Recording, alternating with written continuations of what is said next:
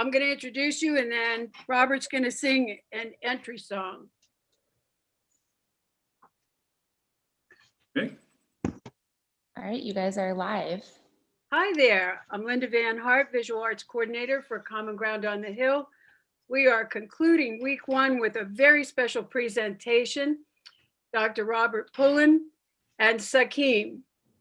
Any of you who've ever been to Common Ground have met Sakim. He is an unforgettable character. And Dr. Robert Pullen has been working with Sakim for the last 20 years because he came late to his Native American heritage and he needed a little help. And as you know, Sakim is very good at giving help in up to 14 languages. Tonight, you're going to get a view of Pine Arbor and some of the culture and ways of the Muskogee people. You're going to get a little bit of an introduction to the wonderful dream workshop that we have been doing all week, period 5, with these two wise men. I've been in that class and I can tell you it's been exceptional. So we are in hopes when we're live next year to have them live with us so we can do another version of this kind of class, which is very eye-opening and informative. So you're going to get a small treat of what we've had for 5 days tonight. Robert is a doctor of sociology and a counselor.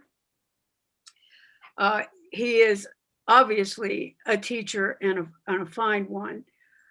He's going to start us off with a traditional Muskogee song, and he'll tell you a little bit about that. Robert?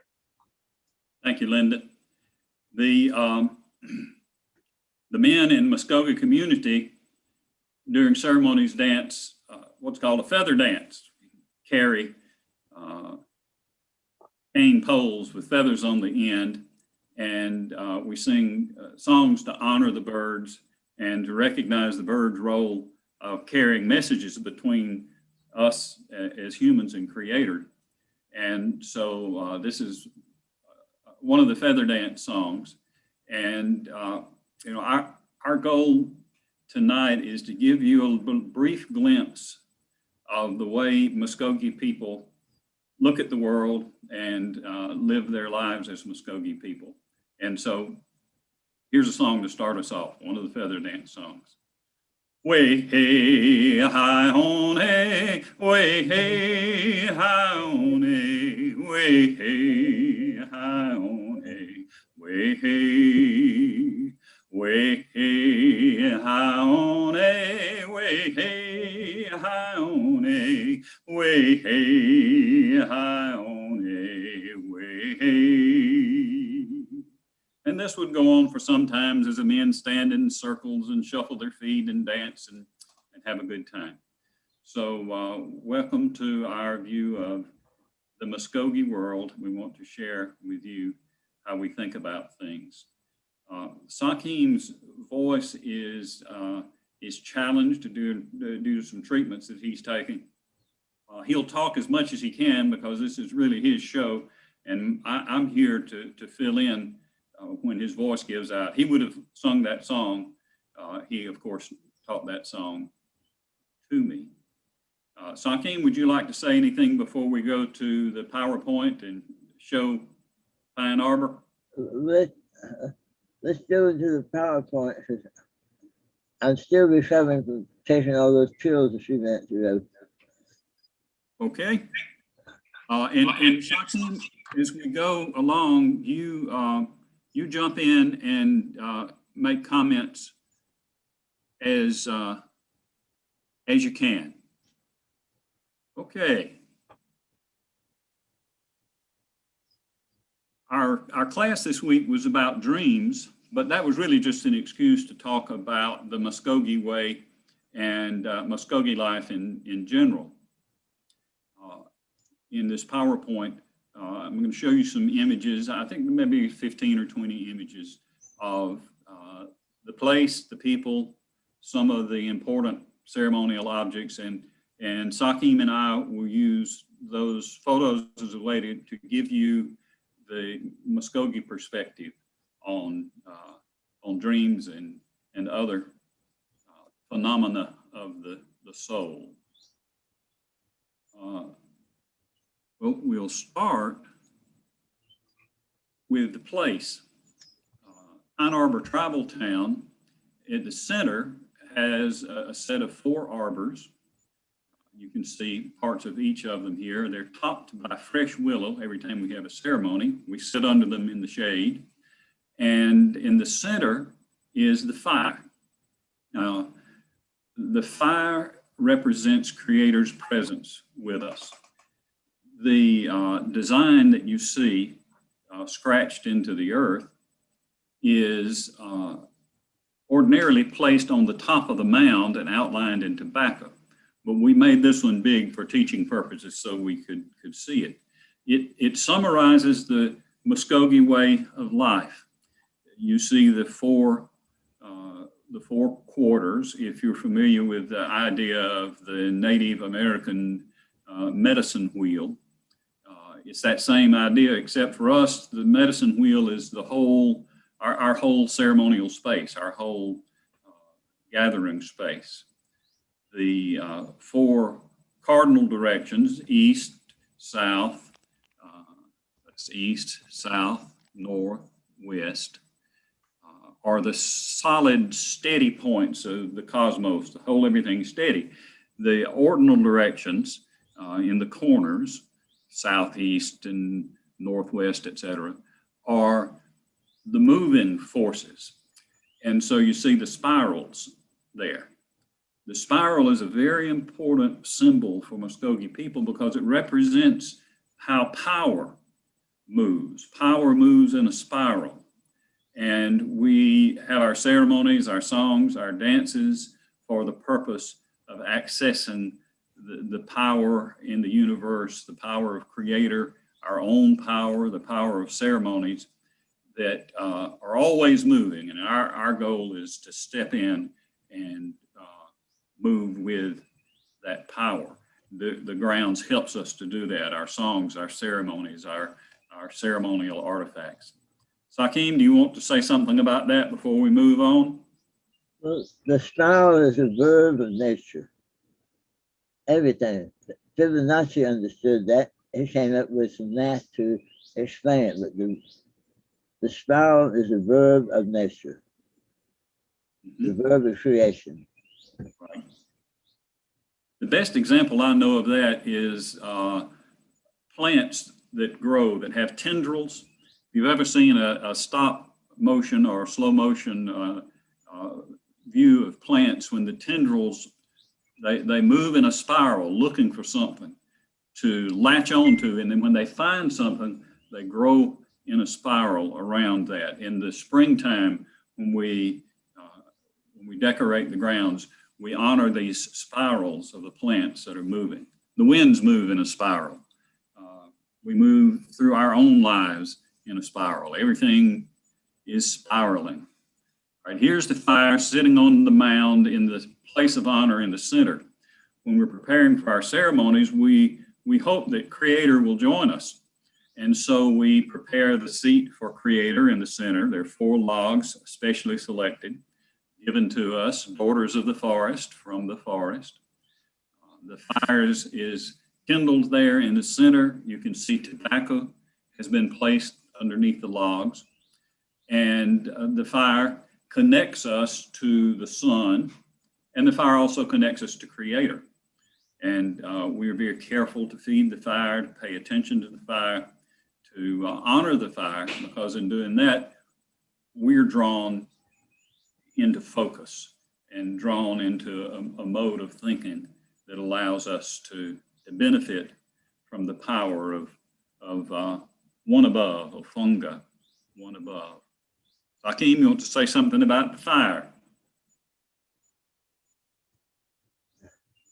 Let me save my voice to get to another area. Okay, well, I'm going to ask you in each place to make sure that you're the fire is a simple central representation of one above. Right. He is not one above, but represents one above, as a symbol of one above. We don't worship the fire. Now I'm going to shift to people. This is Aunt Alice.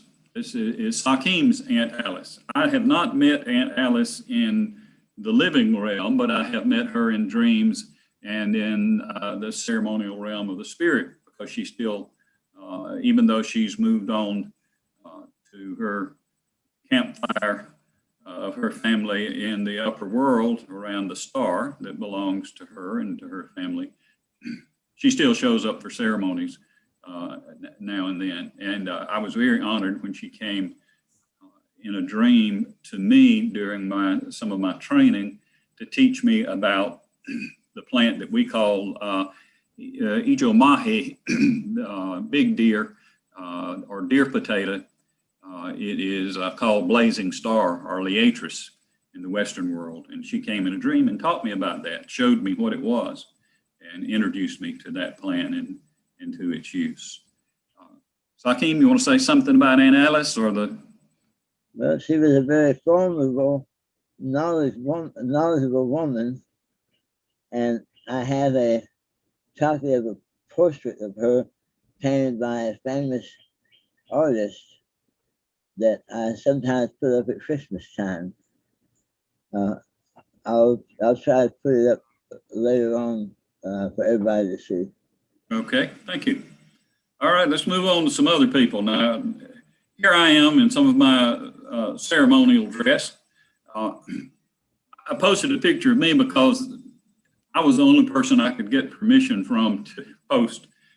Many of our members are uneasy about their images and likenesses being placed out in the world for anybody to see.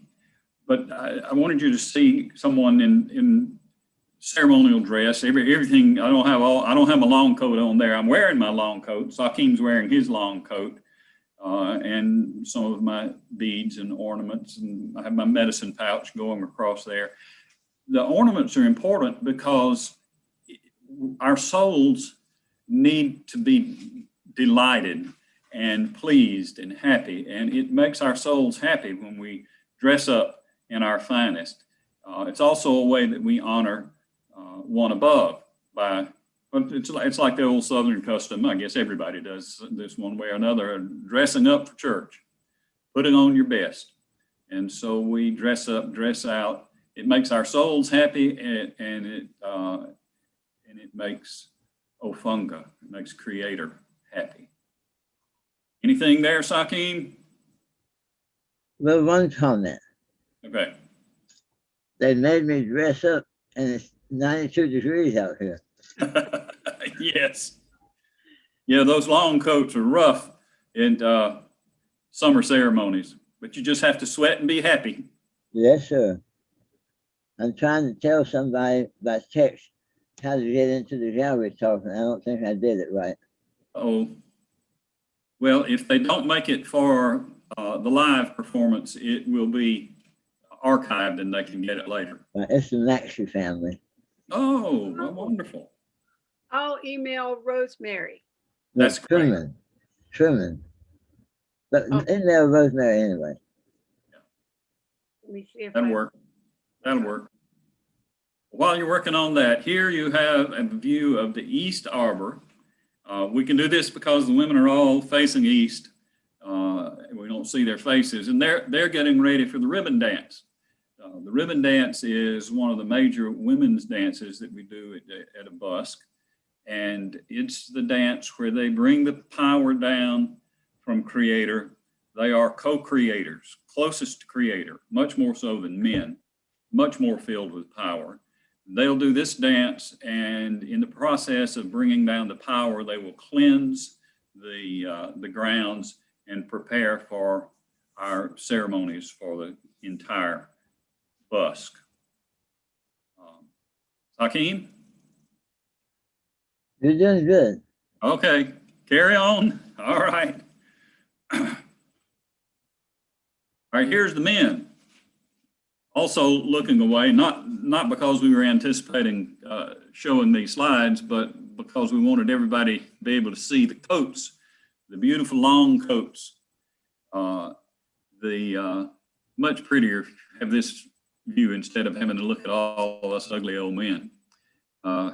Here I am, third from the left with the red and blue coat. The gentleman standing next to me is Richard. Richard gave me this coat. It was his coat for many years, and he was through with it, so he gave me his coat. I went back to my seat, tried it on, worked great, took my coat down and walked over and said, Richard, I don't need this coat anymore. Here, you take it. And so we each wound up with new coats and looked splendid, I think. So the men dress out particularly for the ribbon dance so they can honor the women, probably that more so than any other. We try to dress out really fancy at the beginning of the year to honor the plants and encourage them to be fruitful and multiply, so we'll have something to eat. When the plants bloom, we must bloom. You notice the collars are shaped differently. The different shapes of collars indicate different tribal town or tribal affiliations. Here are some very important people. They sometimes show up in the winter ceremonies. These are the boogers, or the old men, the strangers from afar. They come in costumed, wearing these very distinctive masks, and they dance for us. They are healing clowns. They're these masks frighten away sicknesses, and after the masks have been powered up in the wintertime, they can come out at other times during the year when people need healing or need help with disease or distress. One of the major functions of the boogers is to entertain. And so they do all kinds of ribald and silly things to make everyone laugh. And when the boogers visit, you can be sure people will be falling out of their chairs laughing at their antics. And that's a very important part of medicine, because if spirits of sickness or disease, of distress or despair are hanging around looking for victims, they see that there are no customers for them here. All these people are happy and laughing. We'll have to go somewhere else. So the boogers bring us, they scare away sickness spirits. They help us to be strong and happy. And then later in the year, they can come and help people out who've gotten sick. Sakim, want to say anything about the boogers? Well, the masks are designed to trap the things that cause the illness. And at the end of the ceremony, which is like native vaudeville, then the boogers slip out quietly, going backwards through door or through windows or openings that have been cut in the wall. They avoid the door, and they will explain that the masks are solid wooden or gourds, and the mask trap whatever is causing the illness in the mask, and they take it out from the house, and then the mask is specially treated afterwards to kill whatever it is and are put aside. But they are a healing ceremony, but the healing is done in private in great seriousness, but the public persona is hilarity, as Robert indicated. Humor is the first ingredient in healing. Sometimes the boogers capture people and try to haul them off. It's always great fun, and you never know when the boogers are going to come. It's always a surprise. Now, this photo are two of the scariest boogers I have ever seen. The one without the mask, you might recognize as a very young Sakim. The other masked dancer is the government booger. The government booger has its eyes closed. It doesn't see anything that the people need. Has this big fake grin, big head. And so the government booger pokes fun at the government. One of our elders has a bumper sticker on his truck that says, "You can trust the government, just ask an Indian." And so this is our way of kind of poking back at some of the bad things that have come our way from the government. Sakim, you want to say anything about either one of these boogers? I know that other fellow there, Yeah. but let's move on. Time's flying. Okay. Now, right in with the people is a plant, because the Muskogee view is that plants are beings too. They might not be human beings, but I would not hesitate to say that plants are people. They just live a different life. This is an important medicine plant.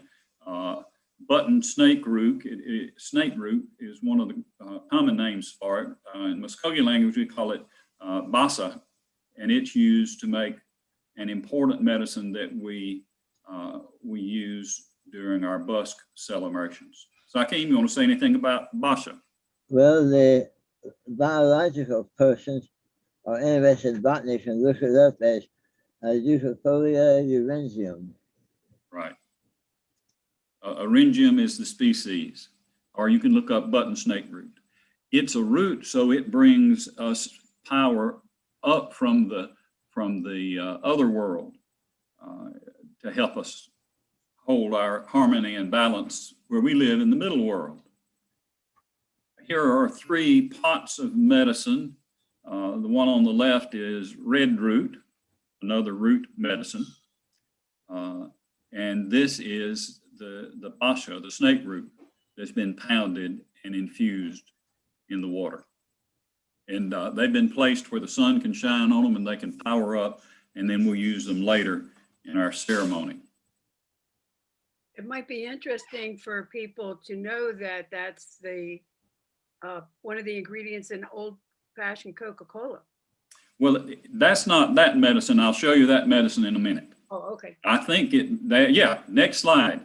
This is the big pot of ashi, or tea, and sitting on the lip of it is a conch shell carved cup. I'll talk about the cup first, then we'll talk about the tea. You can only see one side of the cup, but you see the canoe. Now, this is a reproduction of a 1,000-year-old Mississippian shell carving that came from the Spiro Mound site in Oklahoma. There's another canoe on the other side. It has 2 people in it also. And these 4 people are 4 beings of light who were the first teachers of humans. They are in these canoes riding along on the Milky Way. You see the Milky Way with the scalloped and the pluses. And they are coming down to give teachings. They also come down to take souls back into the upper world along the Milky Way. And then there's a sun image in the center. The ashi medicine, the tea, is made of leaves and tender stems of yopan holly. So it's an upper world medicine. The sunlight shines down and puts the power in the leaves. Ashi leaves are collected, roasted, boiled, and in the process produce the only natural caffeine drink that occurs in the on this continent. An interesting other use for ashi, up until about 10 years ago, when using the natural plant was abandoned in favor of creating artificial components. But before then, the secret ingredient in Coca-Cola was ashi, yopan holly syrup. Many people along the Gulf Coast collected these leaves and they were shipped to a processing plant in Mississippi where the Coca-Cola syrup was made, and that Coca-Cola syrup was then shifted, was sent out to the different Coca-Cola plants. So whenever we cook ashi in our ceremonies, you can smell that Coca-Cola smell. Sakim, you want to say anything else about that? Well, it has so many uses. It also assists in dreaming, and it can be used as an everyday beverage. It's just not treated ceremonially, but it can be made strong or weak. When it's weak, it tastes like nice tea. It can be made strong and will act, smell, and feel like coffee. And during the late confrontation between certain states, this was called Confederate coffee or Civil War coffee. And for many years, it was a substitute when coffee was not available. So it's a plant with many uses. It all depends on how much heat you add to it. When the Spanish were in Florida, they drank it and sent it back into Spain. They called it casein, and it was a very popular drink in their culture as well. All right, in the background is the square ground. You can see the arbors peeping through. But here on the foreground are the ball sticks. The Muskogee people play a ball game with the two sticks. This is the ancestor of lacrosse. So you have a stick in each hand, and there's a little ball that's about maybe an inch and a half round, and you catch the ball up and throw it at the ball post. This is our ball post. And you can see it's very tall. If you hit the ball post above this red ring, you get 1 point, and it is by no means easy to do. If you hit the fish at the top of the ball post, you get 2 points. The ball game was called, in traditional Muskogee society, was called the little brother of war. Different villages would play. When the men played from different villages, it was not uncommon for people to have broken arms and bloodied bodies. It was sometimes even used between warring tribes as a substitute for war. They would play a ball game to settle a territorial dispute rather than go to war. That's how it got its name, Little Brother of War. Most often nowadays, we play within the tribal town, and men play against the women. That calms things down a little bit. Men use the two sticks to throw the ball. Women are allowed to touch the ball with their hands and throw with their hands. And the women almost always beat the men, even though we will tackle them and knock them down and try to take the ball away from them if we can. Sakim, you want to say anything about the ball game? Well, it's great fun to play. And it was something that the missionaries persuaded the government to ban it. So until only about 40 years ago, it was illegal to play stickball under any circumstance. But some of us played anyway, but we did so in private. There is on the web Creek Indian stickball games, and you would have fun looking that up and watching a few minutes of it. Yeah. It's far better than football, soccer, and all the rest of it. So move on. Okay. Now we're on to some of the ceremonial artifacts that we use. These are some of the blades that are a part of ceremonies. These blades are carried by women during the ribbon dance. The reason they're carrying blades is because it's a war dance. We put war paint on the women before they dance, the ribbon dance, and the two lead women carry a blade of some sort. There's this spade shaped gardening hoe This is monolithic, or meaning from one stone, axe. And the little small flint blade with the deerskin wrapping is the blade used for cutting umbilical cords when our babies are born. We haven't had any new babies for a while. We're an aging community. And so the umbilical blade hasn't gotten much use. Sakim, you want to say anything about the blades or about the ribbon dance? Well, one of the blades that we carry in the dance is over 6,000 years old. Several anthropologists and archaeologists have looked at it, studied it, put it under a microscope with our permission, and they concluded it has never been in the ground. It has been passed from human hand to human hand within the confines of the group of people that make us up for at least 6,000 years. And we call it the new blade. We had the old blade broken in half that it replaces. So talk about continuity, we got it. Yep. We've been around a long time. It was a great honor to me to be taken in by the people at Pine Arbor. Yeah, we'll take you in anytime we can figure out how to do it. Trim and Maxie did make it into the meeting now. Oh, I'm sorry. Well, they had a lot of Anglo to rub off of me when I started, but that's a continuing process. Now, this is not an object in our community possession, but I wanted to show this to you and tell the story of it, because it connects to what Sakim has given us as a teacher. This is a Mississippian slate plaque. It has two sides.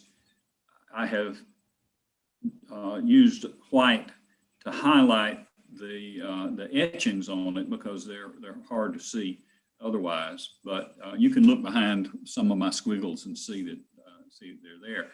A member of our community saw this at an arrowhead show and called other elders in the community and said, "We've got to come over and look at this. You're not going to believe what these folks have found." It was found in South Georgia near Colamoki Mounds in the same county. So it's a Mississippian or maybe very early, very late pre-Mississippian artifact. The man who found it had all kinds of archaeologists and anthropologists look at it, and no one could really make much sense of it. And what sense they did make of it, I was generally misunderstood. But because of what Sakim had taught us and the stories from our past and from our culture, this was just like reading the newspaper. So much of the content of our class this week has been about the Muskogee concept of soul and the relationship between souls and dreaming. But let me just read this for you, and then Sakim may have a comment to make about it. This is one above, Creator, who is sending breath through the hand and the eye. This is a constellation that we see in the West as Orion. In fact, on the back of this plate is the stars of Orion, very plainly displayed. So this would be if you know the constellation, the three belt stars of Orion would be the eye, and the stars that are used to shape the hunter would be finger, thumb, and the two stars at the wrist. This constellation sits on the Milky Way. The Milky Way would sweep up like this from the northwest to the southeast, and it goes right through the hand and the eye. This is the portal. These three stones represent the portal through which the teachers came in their canoes to teach us. This is a portal through which souls go back into the upper world to return to Ofunga, return to Creator. So here comes the breath of Creator through the portal, and the breath enters into the person, into the body. The bone represents the body, represents the person. The bone is not a sign of death, but a sign of life. Because when the flesh is gone, what remains? The bones. And so the bone is the seat of life. The breath of Creator comes down from the upper world through the portal into the middle world, into the person, and therefore the person has life. When the person dies, the soul, represented here in this circle by a star, the soul is carried back to the upper world, back to Creator through the portal, and the soul is carried by this being. And this being is a highly stylized insect. It has wings and or legs, but we know it's an insect, and we know what kind of insect because of this part. This is a proboscis. It is the part of a butterfly or a moth that unfurls, that allows it to feed on a blossom. And so the proboscis identifies this as either a moth or a butterfly. This constellation that's the hand can also be seen as the moth or the butterfly, the soul carrier, the three stars that make up Orion's belt or the body, and the four other stars establish the corners of the wings. So this is the story of the soul that comes, the breath soul, one of the two souls that we believe we have, that comes from Creator into the middle world, and then at death is carried back up. Sakim, what would you like to say about this? This is a nice picture of a life cycle. It's just another type of alphabet that most native people can read, but the archaeologists got all tangled up in magical ideas that don't work. Right. But it's just a very practical adaptation of natural symbols that are very meaningful to us. I might point out that in some of the communities, they still practice secondary burial. That is, after a person is dead and buried, 3 or 4 or 5 years later, they dig them up and clean the bones and polish them and get them all decorated with red ochre and engraving and wrap them up and then rebury them once a year in a community-wide ceremony. And some families that do secondary burial are not always fast about it. And I like to point out occasionally that my grandfather stayed in a coffee can on the kitchen counter about 7 years is how long it took me to take time to polish the bones, engrave them, and paint the lines with red ochre, and then weave an appropriate sash, similar to the one I'm wearing, to weave an appropriate sash, I don't know if you see that, to wrap the bones in. But bones represent life. In European Judeo-Christian culture, bones represent death and morbidity. But the bone to us is the permanency of life. So. Okay. Thank you, Sakim. And I don't even like that picture. This is another shell cup that shows the two canoes. It's not a reproduction of the Spiro cup, but my interpretation of it. I made this cup, and I wanted to focus on the canoes. And instead of in the Spiro cup, there's a sun up in this area, but I wanted the North Star to be here. So the North Star is at the back of the small canoe. It's a piece of mica inset into the cup. You know these canoes, you've seen them many times up in the sky, but you've probably called them the Little Dipper and the Big Dipper. But if you look at the sky with the Muskogee eyes and look to the north around the North Star, instead of seeing the Big Dipper and the Little Dipper, if you stretch out and you add in some other stars, you can very clearly see these two canoes. And these are the canoes. They're still up there in the sky to remind us that the first teachers came down the Milky Way to teach us how to live, and that our souls go back up the Milky Way to go back to the upper world. Anything there, Sakim? Well, the scientists finally got it right. They're saying that everybody is made from stardust. Well, we've been doing that for thousands of years. Mm-hmm. But the stars are the campfires of the departed, all of our ancestors. And in some of the books, you should look up something called the Sky Canoe, and what you will see is a picture of a time-lapse photography. It'd be like a big circle, and the North Star would be in the center, and there'd be a dipper on this side and a dipper on this side, but they're really canoes, and the Milky Way is called the Great River. And so these beings are traveling around this great circle, which encompasses the whole Milky Way. And it's interesting that there's four of these fellows. In ancient Judaism, there were four patriarchs. In Christianity, there were four archangels, Michael, Gabriel, Ariel, and Uriel. Freaks are not without a sense of humor, so we've named these four fellows Michael, Gabriel, and I lost the name, and Uriel, Gabriel, and Ariel, whatever the names are.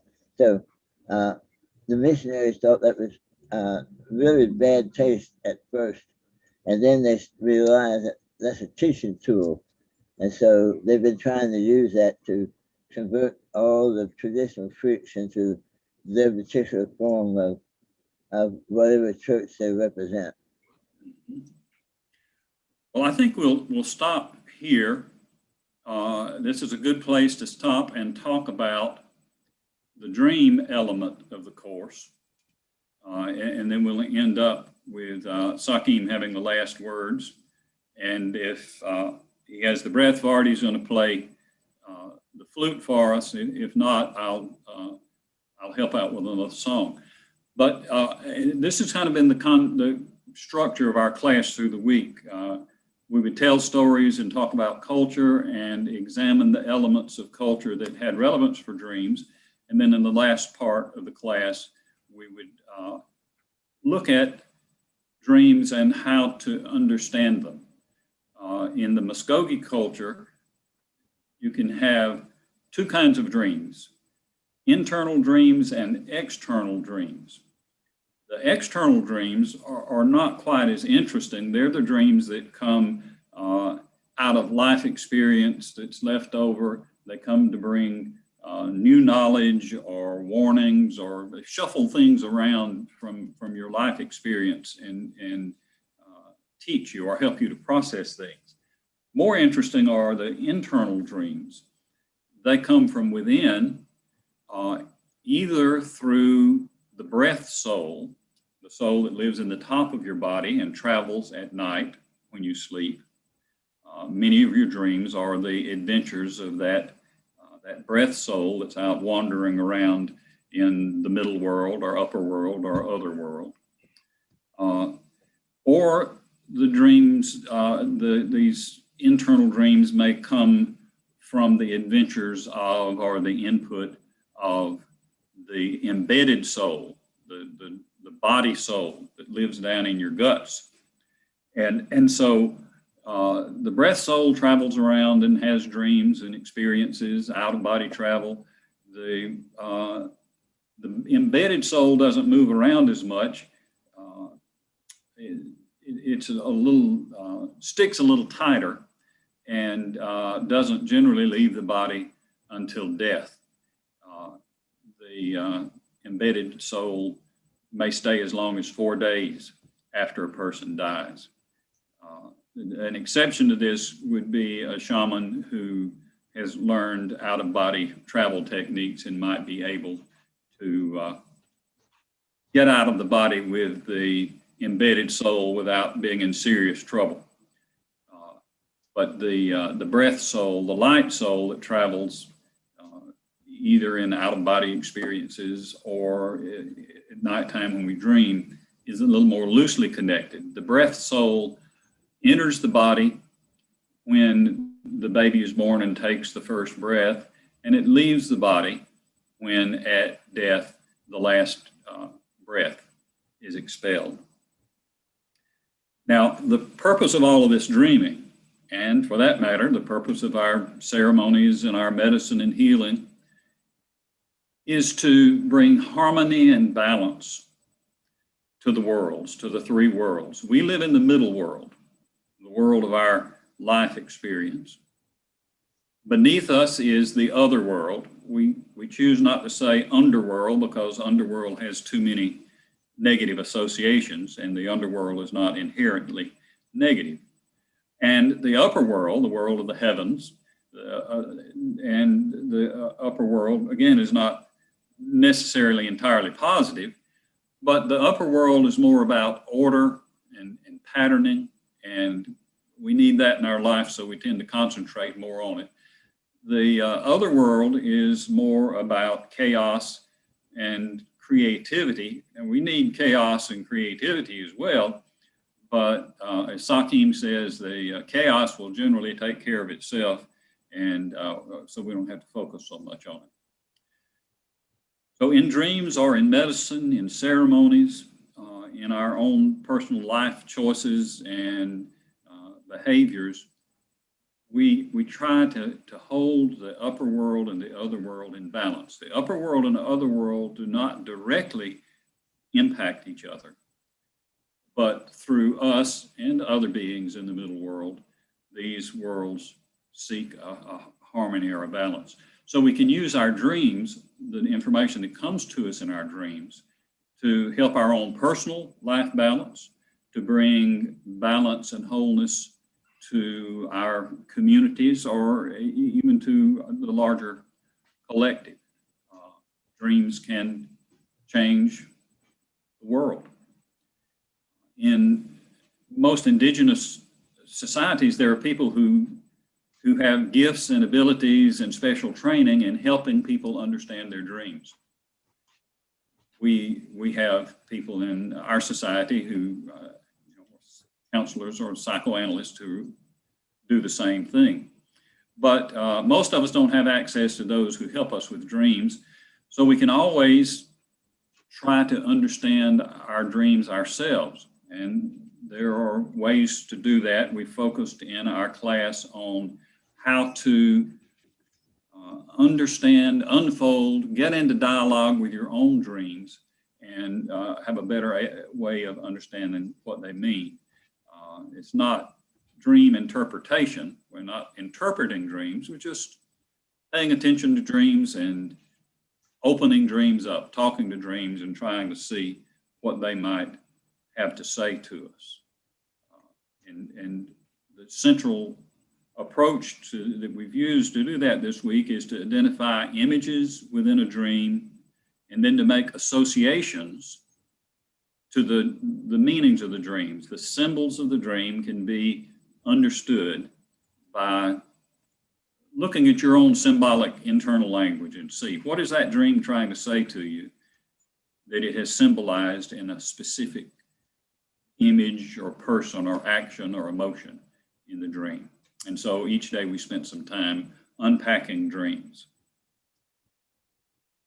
Well, that's a quick run through, an overview of what we've tried to do. Sakim, what would you like to say to finish us up? We have about 7 or 8 minutes. I don't think I can last that long. Well, say what you want to say and I'll fill in the gaps. Well, I looked at a lot of books about dream interpretation, and you find in the supermarkets, libraries, and popular magazines. And truthfully, most of those books are just trying to fleece you out of some money. And most of them are copies of something that someone else wrote. One of them I looked at this afternoon in the Tractor Supply book rack while I was waiting to buy some animal feed. I looked through the book and I could see that two of the articles had actually been lifted from Will James's Great Philosophy and one from Sigmund Freud. Nobody, including me, can tell you what your dreams are. Only you can tell what your dreams are. To do that, you have to be gut level honest with yourself. Dreams are done in symbols, and you'll wake up believing that if you're an English speaker, that it was in the change English all the way. Or if you're from Germany, you'll swear your dreams are in German. But when they come out of your mouth and your mind when you wake up, that's what they are. But during the process of the dream, you're actually dreaming in symbols. But you have to be careful of understanding those symbols. And I've learned over the years that these symbols related to spirituality or personal beliefs are not anchored in the real world. They're anchored in some hypothetical thing. And as I explained too fast, not too long ago, I have a friend who is a devout Christian. He's in his early 30s, and he's there every time the door is unlocked of the church, 2 or 3 nights a week, on Saturdays, on Sundays, and he's very enthusiastic about his beliefs, and I support him in that. I don't understand it. I don't understand his dedication, but I asked him, I said, where is heaven? And he goes like this. And I look up and say, oh, you mean heaven's up there in the sky? He says, oh, yes, everybody knows that. And I say, where is hell? And he points like this. And I say, oh, hell is down there somewhere? And he says, oh, yeah, it's way down there. And I look at him, I say, gee, I got to go home and write his condolence letter. What do you mean write his condolence letter? But according to you, my friends in Australia are in hell. They're being roasted to death.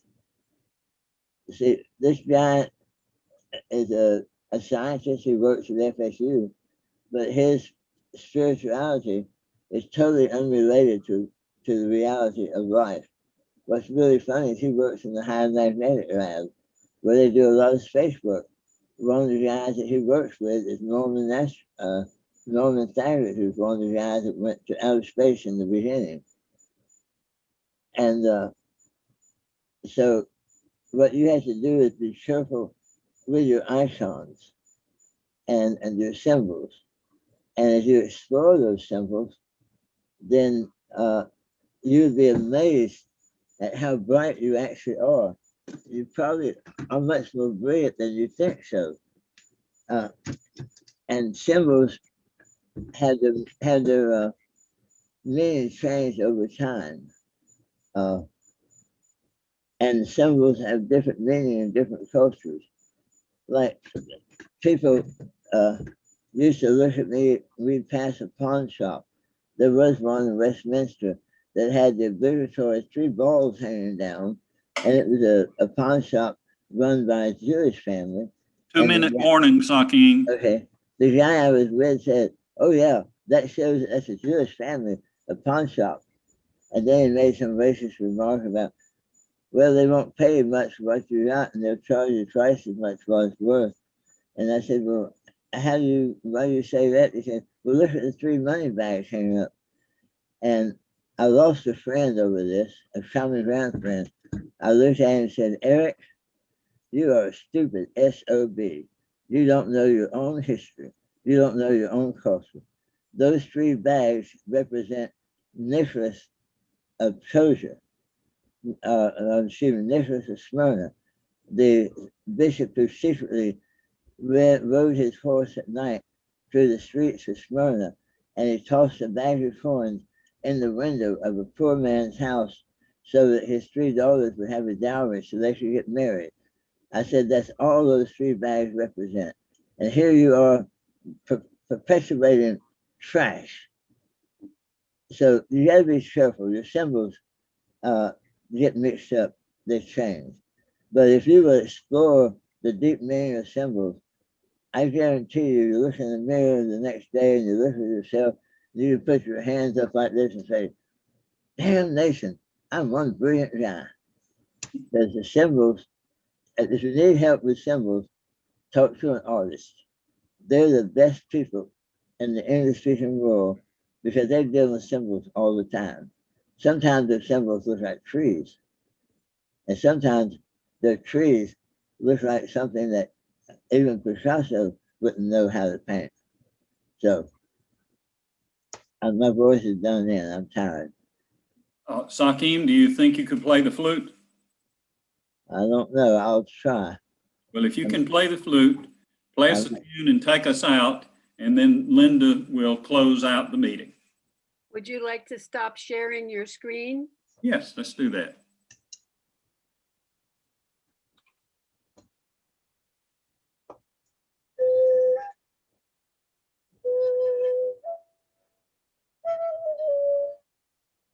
Done. Somebody bumped it. I'm almost devoid of breath.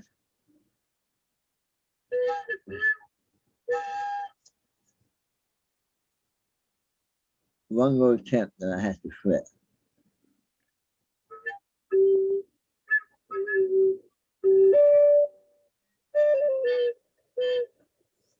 I don't have enough air right now. Okay, that's fine. Well, thank you for the brave effort. And If my throat gets better, I'll come back and play you a tune. okay, thank you. So Linda, I think we've used up our time, so you can close us out. Thank you all very much. Thank you very much, Robert and Sakim. Thanks also to Lisa Thompson, who's been our class facilitator, and to Ali Geddes, who's been our wonderful gallery talk facilitator all week. Although Robert and Sakim will not be with us in person next week, I'm sure they'll check into some of the events that are going on. And we hope that you join us same time next week, 6:30 to 7:30 every night for the gallery talks. Don't miss the concert tonight. The same channel that you came in on to see the gallery talks you can use for the concert at 8 o'clock. We are honoring with the Robert Chambers Award, Sparky and Rhonda Rucker tonight. So please don't miss that. Thank you so much for coming to the week 1 gallery talks. It was a great week. Yes, it was. Oh, I had to do the Prince wave.